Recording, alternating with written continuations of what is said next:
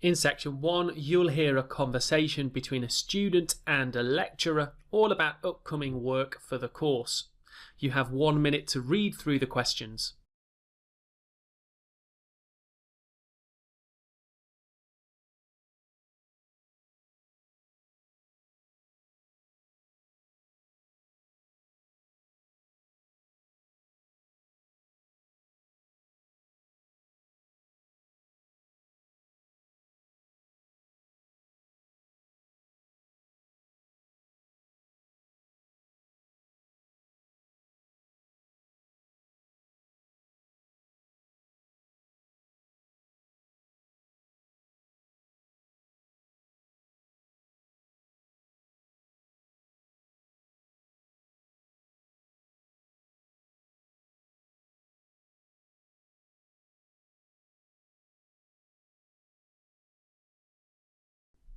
Section 1 will begin now. Hello, Professor Timmons. I hope this isn't an inconvenient time for you. I wanted to ask about what we missed in class on Thursday. Sorry for the absence. Of course, come on in and have a seat. May I have your name, please? Yes, I'm Samuel Parkinson. I apologize for missing your class. I had to go to the hospital. Oh dear, I hope everything's all right now. Yes, I'm doing much better, thank you. I had a bit of a stomach bug, so needed to take a couple of days off. Luckily, a bit of medicine, and I'm feeling better now. That's great to hear. On Thursday, we went over the research project that will be a big part of your grade. You'll be divided into groups and give a well-researched presentation on a topic related to student life. There's a broad range of topics, so it's best to make a good start with your group on your topics as soon as possible. That sounds interesting. Can we choose any topic we'd like to talk about? I mean, like starting a student organization, for example? I have already picked a list of topics that I'll assign to each group. For instance, one group is researching student loans and how to manage them effectively, including information about scholarships and other financial aid options. I find that topic particularly engaging. Is it still available for me to request? I could gather information from the finance office. I'm sorry, that topic has already been taken by another group. I have, however, assigned you and your group to 2 options. Okay, I understand. What are the options for our group? The first is the topic of smoking, including the trend of smoking among students compared to the general population, reasons for students taking up smoking, and alternative options to quit smoking. That could be an intriguing topic. I'm not a smoker, but I'll discuss it with my group. If we choose it, we'd rather not interview our classmates. Where else could we gather information or do some more person-to-person research? You could consider talking to the manager of a store that sells cigarettes and find out the average age of customers and the amount they purchase, for instance. That's a great suggestion. Thank you. What's the other topic? The other topic is about natural medicine. This includes the steps to become a doctor of natural medicine, licensing, career outlook, and more. The topic of natural medicine can be quite extensive, but it's definitely an important and interesting subject to research. As a student looking to study this field of medicine, there are a lot of aspects to consider. Firstly, it's important to understand what a doctor of natural medicine is and what they do. They focus on the use of natural remedies, such as herbal medicine, acupuncture, and massage therapy to treat and prevent illnesses and conditions. You could find much of the information in the careers office. That's a very informative topic, not just about natural medicine, but about researching a career path. I think it's something both myself and my group might be interested in. Exactly. I want each group to think creatively and gather information from various sources. Okay, I have a good understanding now. When is the presentation due? I expect each group to send me a plan ahead of time by October 10th so I can ensure you're on the right track. That's helpful. And when is the presentation? I'll let each group choose from the available time slots I have between November 1st and 5th. How about the afternoon of the 5th, maybe at 2 p.m.? Let me check. I'm fully booked on the 3rd and 4th, but the 5th works. 2 p.m. is fine. Great. I'll check with my group and let you know.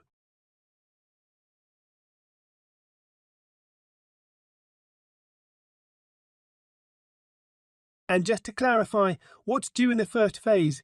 In the first phase, I expect each group to send me a detailed plan of what they intend to research and present, including the sources they will use and the methods they plan to use to gather information. This will give me the opportunity to give feedback and offer suggestions before you start your research. Any questions or concerns, just let me know.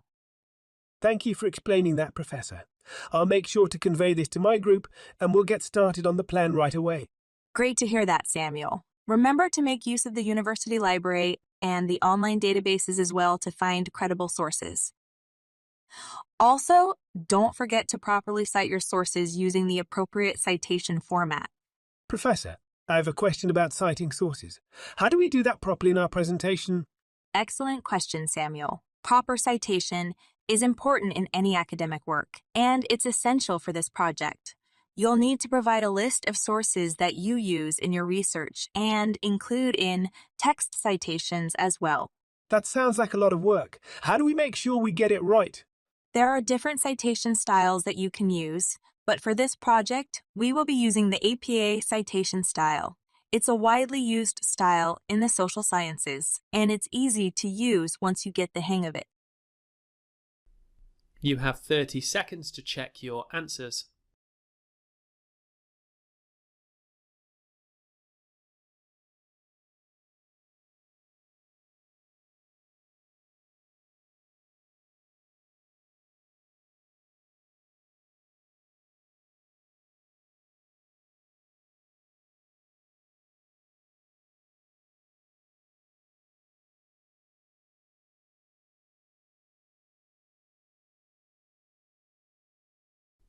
In section 2, you'll hear a speech all about urban migration.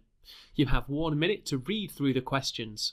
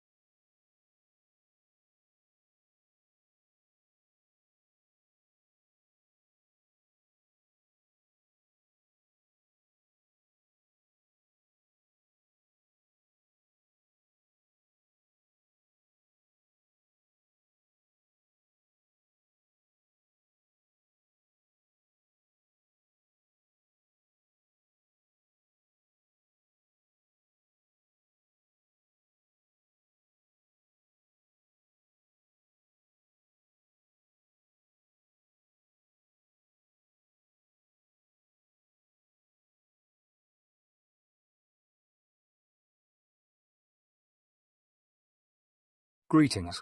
I would like to extend a warm welcome to all of you as we delve into the topic of urban migration. The recent years have seen a significant increase in the growth of cities across the globe, with as much as 3% of the Earth's surface now considered urbanized. This is an increase of at least 50% compared to previous estimates, and it's a trend that doesn't seem to be slowing down anytime soon. Currently, there are more people residing in cities than in rural areas, and this disparity is only growing. Furthermore, cities have a much higher carbon footprint compared to rural areas, with higher levels of carbon consumption. The growth of cities and urban migration can be attributed to two key factors. Firstly, the rise in urban populations across the world has resulted in the construction of massive amounts of urban infrastructure and housing, which is an inevitable consequence. Secondly, urban households tend to own more cars and consume more gasoline products, contributing to the high carbon footprint of cities. While rural to urban migration is often viewed in a negative light, it is important to recognize the benefits it brings both to the environment and to society as a whole. For instance, the trend of increasing urban migration and urbanization can lead to opportunities for nature conservation, particularly in areas where deforestation is a result of agriculture. When people leave rural areas and move to cities, The forests in these areas are left to recover and thrive. Additionally, urban dwellers typically have better access to transportation. Living in rural areas can make transportation challenging, as there are often limited options available, such as limited public transportation options or no taxis available after midnight. On the other hand, cities offer a wide range of public transportation options that make getting around much easier. In conclusion, cities are making efforts to utilize advanced technology and funding to produce clean energy. New power plants are being built to convert methane gas, which is produced from the decomposition of waste, into electricity. This process not only converts a harmful greenhouse gas into useful energy, but also reduces the amount of harmful emissions released into the atmosphere. City life offers women various opportunities to explore different professions and pursue their careers. In cities, women are able to work in a range of fields, including engineering, management, and even professional sports. This shift in traditional gender roles has had an impact on women's marital status and family life. An increasing number of women are choosing their careers over marriage, leading to a rise in the trend of late marriages. Women are seeking independence and the ability to earn money on their own, and it is easier for them to receive promotions in the city compared to rural areas. Women are gradually making progress in the workforce, while rural areas still tend to have more traditional and conservative views on gender roles.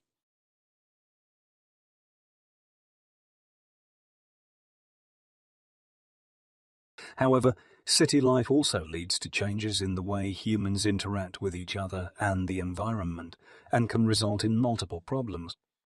While urban wages are generally higher than rural wages, the cost of living in cities is also significantly higher, offsetting the advantage of higher wages. The absence of self-produced goods, including subsistence farming, can also make living in cities more expensive. This can lead some new city residents to place greater emphasis on earning money, causing them to abandon their former way of life and risk losing their cultural identity. New city residents are also faced with higher crime rates.